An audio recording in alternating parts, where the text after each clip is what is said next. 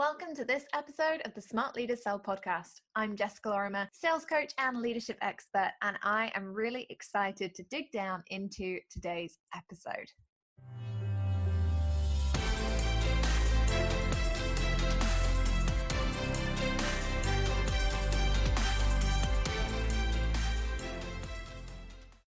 Well, poddies, what an exciting few weeks. So obviously on the podcast, I did mention all through September that it was my birthday, but I am just sitting down to record some episodes and thinking about what actually happened on my birthday. And I figured I'd share because it's always a bit weird, isn't it? Sometimes when you think, oh, I've heard so much about a person's life and then I don't know what we actually did.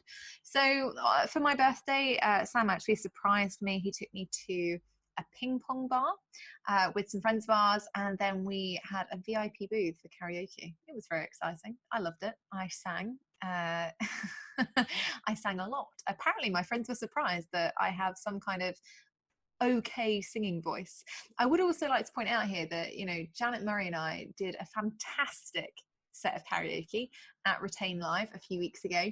Well, a couple of weeks ago, actually, at the time I'm recording this, but we did a really good couple of songs. We sang Madonna. I think it was Vogue. I'd had a few wines by that point. And I also rapped, again, with Janet Murray. The videos are on Facebook and on Instagram, I believe. Eminem, The Real Slim Shady. So if you've ever wondered what it's like to hear someone who sounds like me when I'm speaking rap and want to see my dance moves, which I'm not entirely sure were that impressive, but I looked like a rapper, right? I did. I looked pretty G. If you want to see that, then obviously head over to Facebook or to Instagram and you can actually see us doing that live. It was very exciting. I was a pro.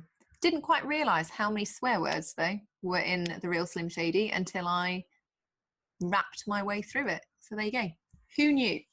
Anyway, on that note of rapping and birthday experiences and all the good things, I want to talk a little bit about creating experiences for your customers. And this is something that I love. When it comes to sales, everybody thinks, oh my goodness, you sell the thing and that's it, that's the end. And actually it's not, because we all know that one of the biggest things that impacts sales and actually increases refund rates is buyer's remorse. Okay, so if you've ever had a customer who's bought something from you or they've put down a deposit and then they email you a few days later and they're like, oh, yeah, I really like it, but I don't think I want to buy it anymore. And you look at them and you're like, or you look at the email and you're like, what? Why would you do this? You feel really confused. You don't really know what you're doing. And you feel a little bit offended. I don't know whether anyone else has ever felt like this, but I used to work in recruitment and I used to get candidates. Okay. And it's different. Selling people is very, very different from selling a product or service. Let's preface it there. But I used to ultimately place people into jobs and I'd get them these amazing jobs and they would be over the moon. And then what would happen? They'd go through their notice period. And notice periods at a senior level, they can be like 3 months, right? So go through the notice period. And inevitably, when you actually quit a job, and again, don't know if this happened to anyone else, but it does regularly. They'd quit their job and their employer would go, oh my God, it's going to be so hard to replace that person. And so instead of being like, okay, cool, thanks for your resignation, we'll find somebody else, good for you, their employer would try and, what we called in the recruitment industry, buy them back. They're like, right, okay, we'll just give you more cash. We'll give you more money. And inevitably you'd end up with a candidate who was excited about their new job, but also a little bit worried about it, need a little bit of, reassurance that it was all going to be okay. And when they got offered more money or sometimes more holiday or better benefits or whatever from their current company, they'd be like, oh yeah, okay. Because it's not scary, is it, right? And we'd always say to these candidates, because they'd phone up and they'd say, look, Jess, I'm really sorry. I don't think I want to take that job anymore. My current job's come back. They've given me a better offer, da, da, da, da. And I'd always say, look, here's the thing. You get to choose. Right? You can absolutely 100% stay with the current company. You can do the job. But here's the thing I want you to think about is that when you decided to go through a recruitment process for another position, you didn't like your job. And it wasn't just about the money. And I would take them through, because we used to interview all of our candidates, I'd take them through exactly what it was. Like, you don't really like your boss. You don't see any progression. You find it difficult to manage a team. The projects aren't as interesting. You don't feel like you're being nurtured within the organization or developed. But now that they've offered you 10 grand more, you think you want to stay. And that's cool, right? It might just be about the money now. But here's the thing. I can re-recruit this job. I can put in another candidate. They will still be happy. The other candidate will then get all of the things that the new job has that your current job doesn't, the reasons that you want to leave. And in 6 months' time, you're going to come back to me and you're going to say, Jas, do you know what? The 10 grand wasn't enough. I don't want to be there anymore. I'm still just as unhappy. I still have the same problems. It was completely usual. It would happen all of the time. And sometimes the candidates would say, and they go, do you know what? Actually, yes, you're right. I want to go to the new job because it's going to be much better. And sometimes they go, Jess, I hear all of that, but I'm going to stay. And 90% of those people did then go on 6 months later, sometimes not even 6 months. And they'd come back and be like, actually, yeah, no, need to leave. But in comparison to a lot of other recruiters at the time, we're talking, early 2000s, right? I didn't get tons and tons of candidates who would back out. And there was a reason for that. And it's all down to customer experience and creating those good experiences for your customer that live on after the sales process.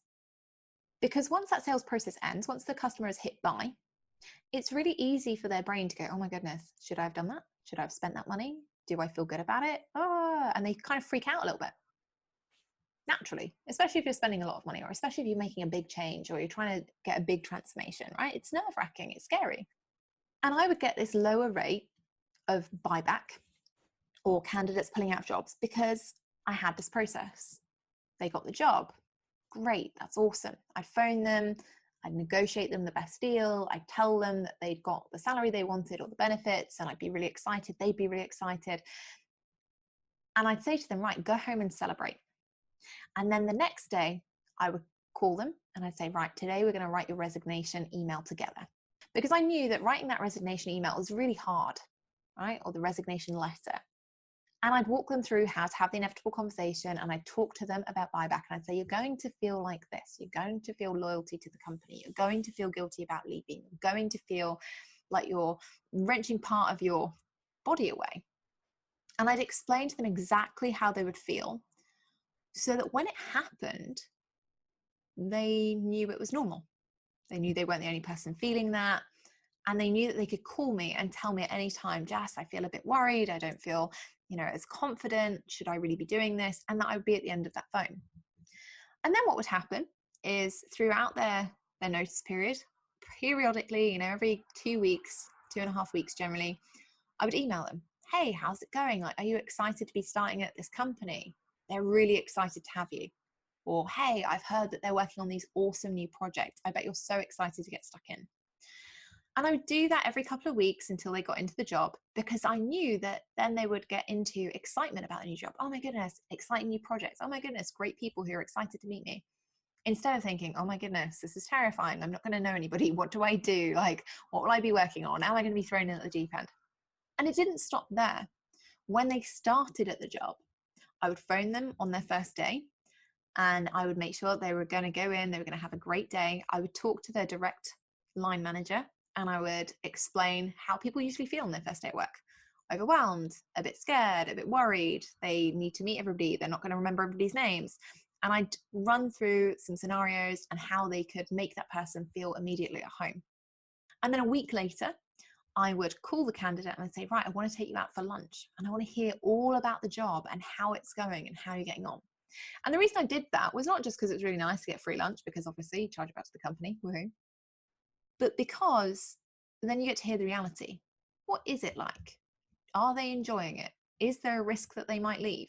Do they like the people they work with? Do they not? And if there are any early problems, letting that new hiring manager know, hey, actually, something happened in the cafeteria, or something happened, a little bit like when your kid goes to school, something happened and this person is feeling a little bit unloved or a little bit overwhelmed. So how can we make sure that they don't feel like that, so they actually stay in the job for you?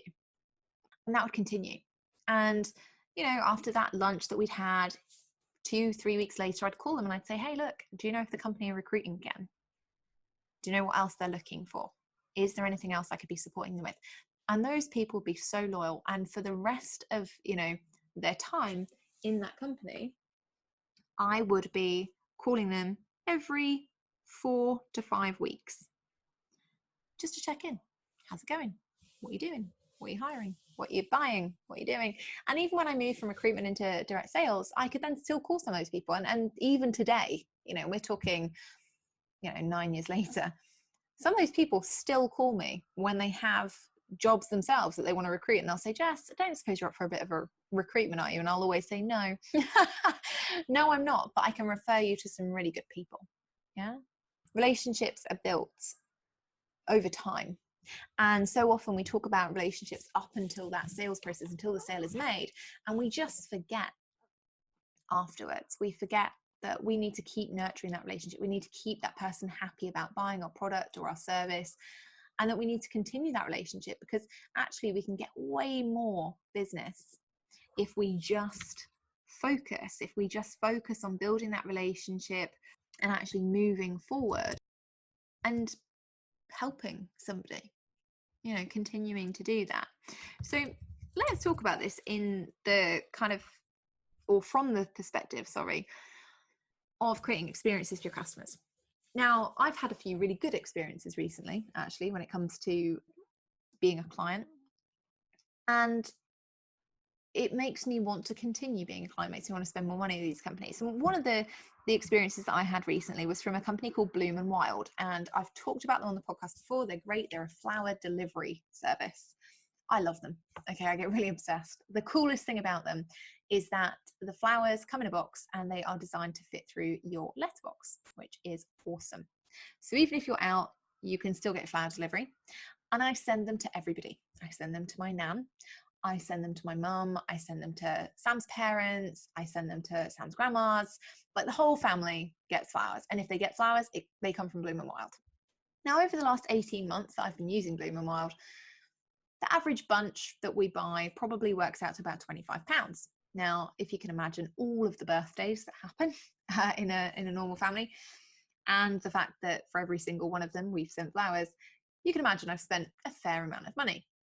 And recently, over the summer, Bloom and Wild contacted me and they said, do you know that you have placed over 20 orders with us? And I was like, wow, that's, you know, it's quite a lot. 20 orders at, let's say, £25 a go, £500 worth of sales for one company.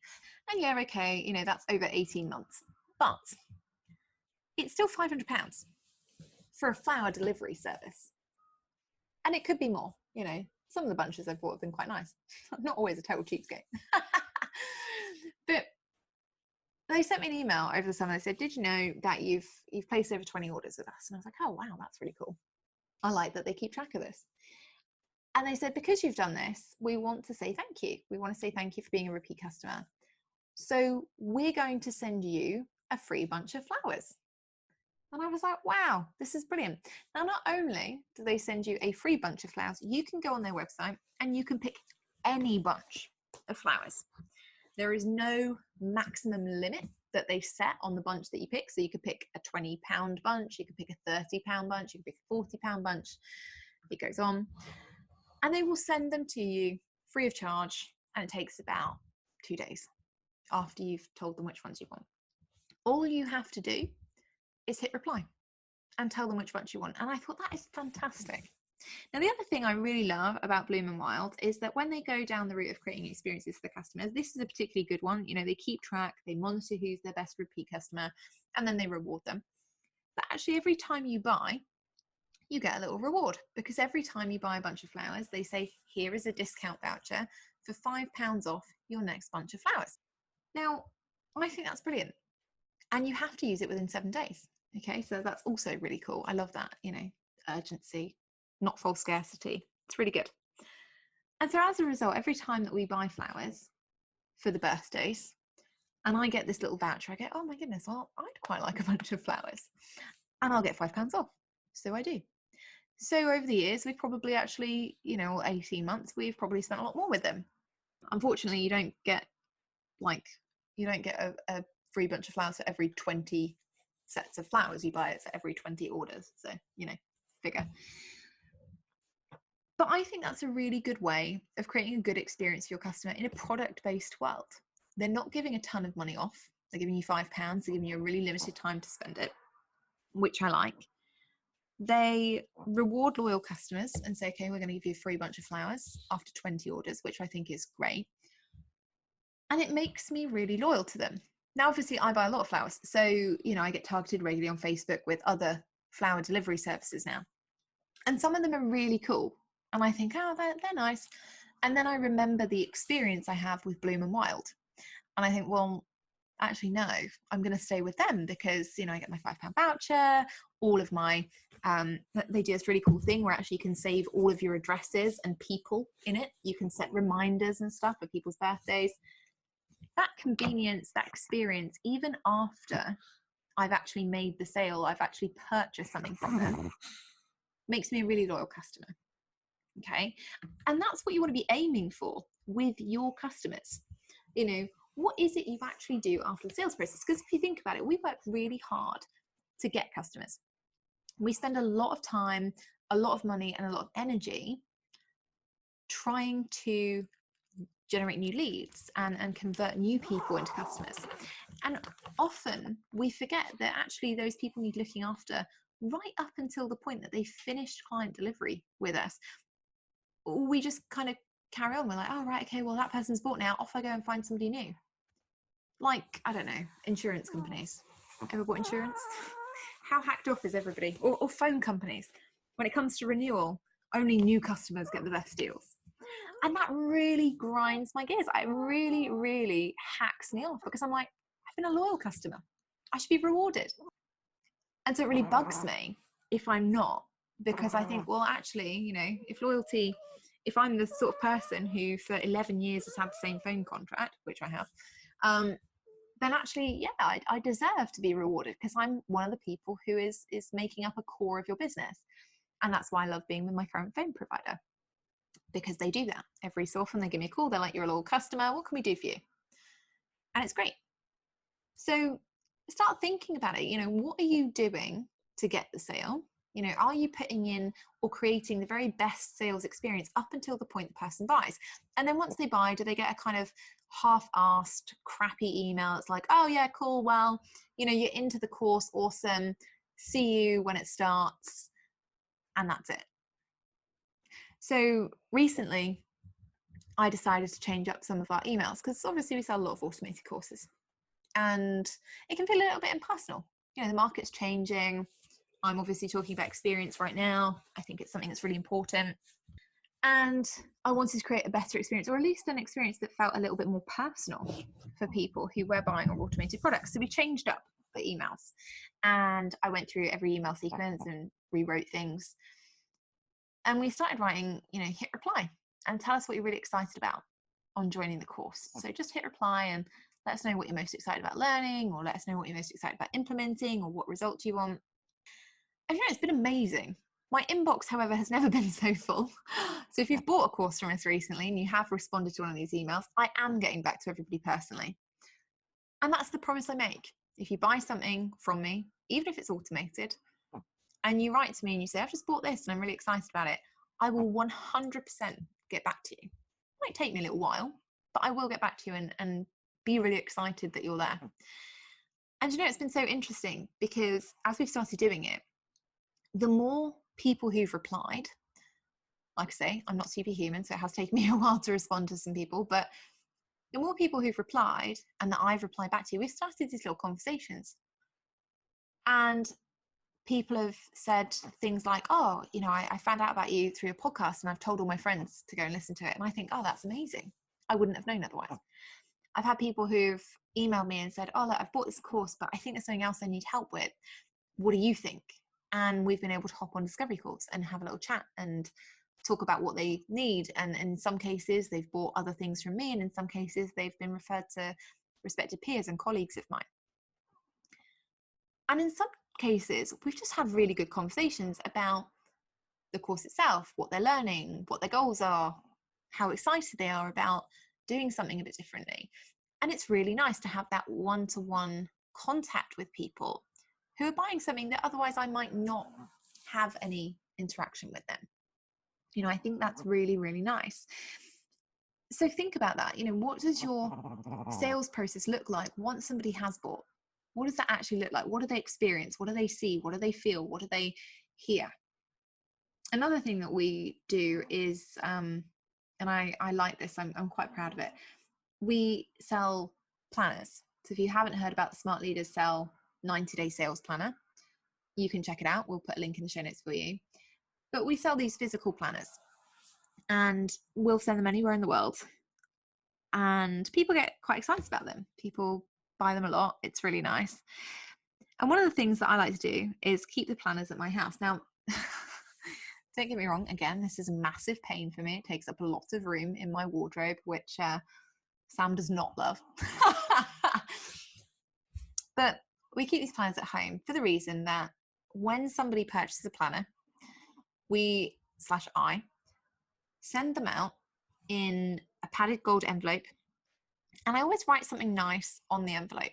So we might write, you know, if I know the client really well, I might give them a nickname or something that I'll write in the envelope. If I don't know the person that well, I'll write something fun. And I usually put a little note inside or something just a bit extra, like a pen or something like that, just so that people know that we actually, you know, really appreciate them buying stuff. It's really nice to have customers buy things. And it's amazing how many people email or send handwritten cards back. And I'm always really grateful for that. I love anything that's handwritten. And I send handwritten cards saying, oh, I really appreciate it. I'm going to use it. I really love it. And I get really excited. And that's so nice. You know, that really is just lovely. And I get really excited about getting things in the post. So I know that my customers probably do too. And so when we send things out, whether it's the planner or the wall planners or anything like that, we try and make it as nice as possible. We try and make the packaging nice. We try and send it as quickly as we can. You know, some days it's not me necessarily that can get it to the post office because I'm always here. So it has to be like one of the team who work locally and, you know, things like that. But we try and do it as quickly as possible. We make sure that it goes out nicely. We write, you know, we wait for me to be back. So if you ever buy anything and I'm away speaking, you know, it won't go to you until I'm back. Because it's usually only a couple of days, so I can write something nice on it, or I'll tell my team, oh, write this, so that you always get something that just feels a little bit special and that hopefully makes you want to go back and, you know, buy another one or do something a little bit different for your own clients. So this is what we're talking about when we're talking about creating experiences with customers. It's really, really important. You know, one of the things that we don't talk often enough about in sales, because we're always so focused on getting a new customer, is retention selling. You know, 69% of people who buy from you once will buy from you again. It's easy for them. It's convenient. They know you. They like you. They trust you. They've gone to all the hassle of finding someone who can do what you do. So they want to buy from you again. And yet we spend all of our time trying to think about how we can be sexy and new and exciting to the new people. And one, it's not really fair on the people we already have, and two, actually it doesn't really inspire people to come back. I'd rather have an amazing sales process and pay a little bit more, you know, and I've talked about that on the podcast before. One of the reasons that we always shop at John Lewis is, yeah, okay, the prices are sometimes a little bit higher, but the sales experience is so much better, and you get to know people who work there, and so you can go in and they know you.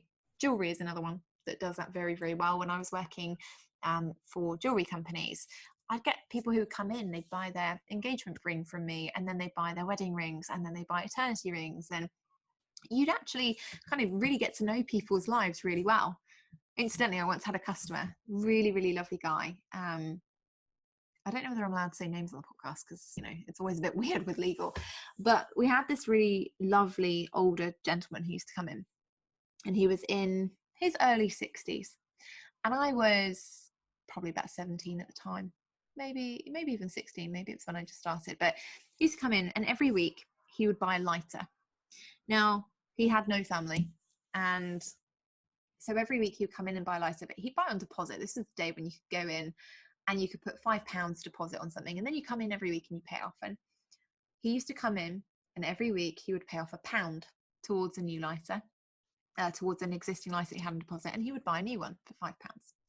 And as you can imagine, it would take him a while to pay these off. But every week he would come in and he'd pay part of it off, and we'd give him a new receipt and we'd have a chat.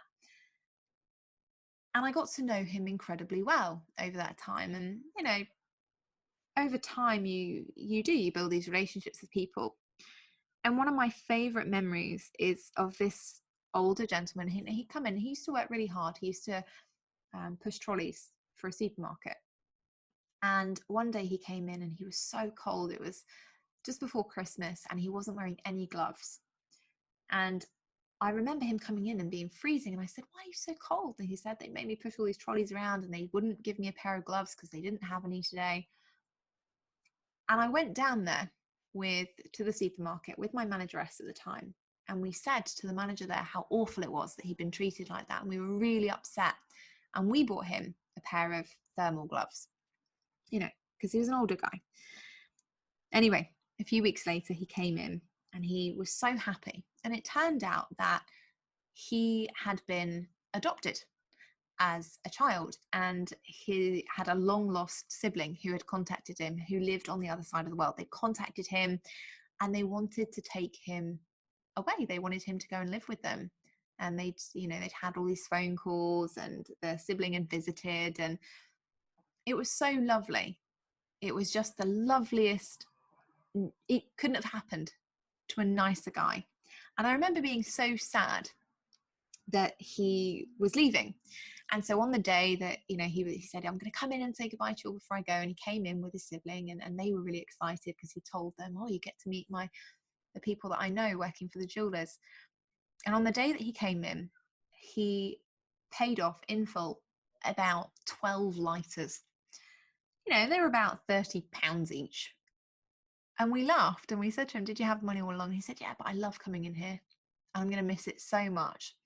And I remember blubbing like a small child because this man was going to go and live this amazing life on the other side of the world. You know, I was really happy for him. But it was one of those things that made me really understand just how important that experience is for somebody, just how important that relationship is for somebody. That the sales experience is not just there to make you money. And it won't necessarily make you money every time. Sometimes people won't buy from you. Sometimes you won't be their choice. But you will always be in their thoughts, and you will be the first person that they recommend. And I love that. And I mean, I'm obviously 30 now, so we're talking 14 years later, and I still remember this guy. And you know what? I bet if he's still doing okay and sunbathing and having the time of his life, I bet he still talks about us. I bet he still talks about the Saturdays that he would come in after work and buy lighters, because people don't forget. We don't forget people who make us feel good. We don't forget experiences that make us feel good. And that's what we've got to start remembering, is that in this world where everything can feel so transactional, you know, we have funnels now, everyone's into passive income now, everyone's into automation now. And I'm guilty of this, right? I've got all those things. I'm not in a glass house and throwing stones here. What I'm saying is, create better experiences. Make people feel good, even if it can't be live, even if it can't be totally bespoke and personalized all the time at the price point. Make people feel good. You know, they will recognize, oh, I'm paying £40 for something. Maybe I'm not going to get, a kind of hugely different experience. But if you give them a better experience than they're expecting, or you are building a better relationship, or you keep in touch, or you just do these things that help prevent the practical of buyer's remorse and build that better relationship, you can stay top of mind with that person. And they will go on and tell more people about you, and they will share more about who you are, and they will do things for you. They will share your emails, they'll share your challenges, they'll talk about your webinars, they'll talk about you on social media, and they'll help you build your audience of other people just like them, who want to buy from somebody who not only successfully sells them on a product or service, but can keep successfully selling them on other products and services, and their friends or family or colleagues or peers or whoever, because they create an experience that people want to go back for, that they want replicated, that make them realize that there are still good human beings in the world. And obviously they want to buy from people who get them results. So make sure you do that bit too. It's the most important bit. So that's the thing, you know, creating experiences for your customers. It's not just about, can you send them a gift? Can you surprise them? You know, do you remember when their birthday is? Do you show up? It's about asking yourself the questions. How do I make my customers feel at every point during the sales process? Are there other things that I could do better? Are there ways that I could over deliver without, you know, causing too much stress or energy to me, that would make them just feel really good? And even if that is making sure you write a social media post on their birthday, or making sure that you plug their latest podcast episode, or, you know, sending them a quick little package in the post or a card when they're not feeling so great, it doesn't have to cost a lot. It doesn't have to take a ton of time. It doesn't even have to be you that does it. It could be one of your team. But it will buy your customers in for life, and it will create this loyal fan base. And that's what everyone keeps saying they want. And, you know, they're spending all this money on Facebook ads to get them, but then they're not bothering to keep them. So that's my message today.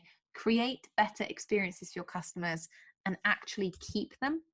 And you will find that it's much easier to retain customers, and it's much, much easier to make money in your business. So there you go. If you've enjoyed today's episode, please make sure that you leave us a little review on iTunes. iTunes are doing something really cool at the moment where they're actually updating stuff.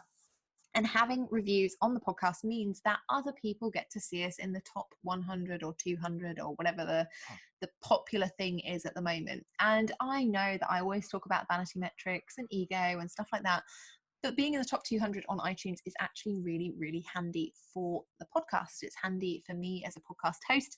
It means more people get eyes on the podcast and get to use the advice and information and sales tips that I'm sharing. So if you do have 5 minutes today in your diary, I would really love it if you could spend it just going onto iTunes or your other podcast listening platform. That sounded a bit pro, didn't it?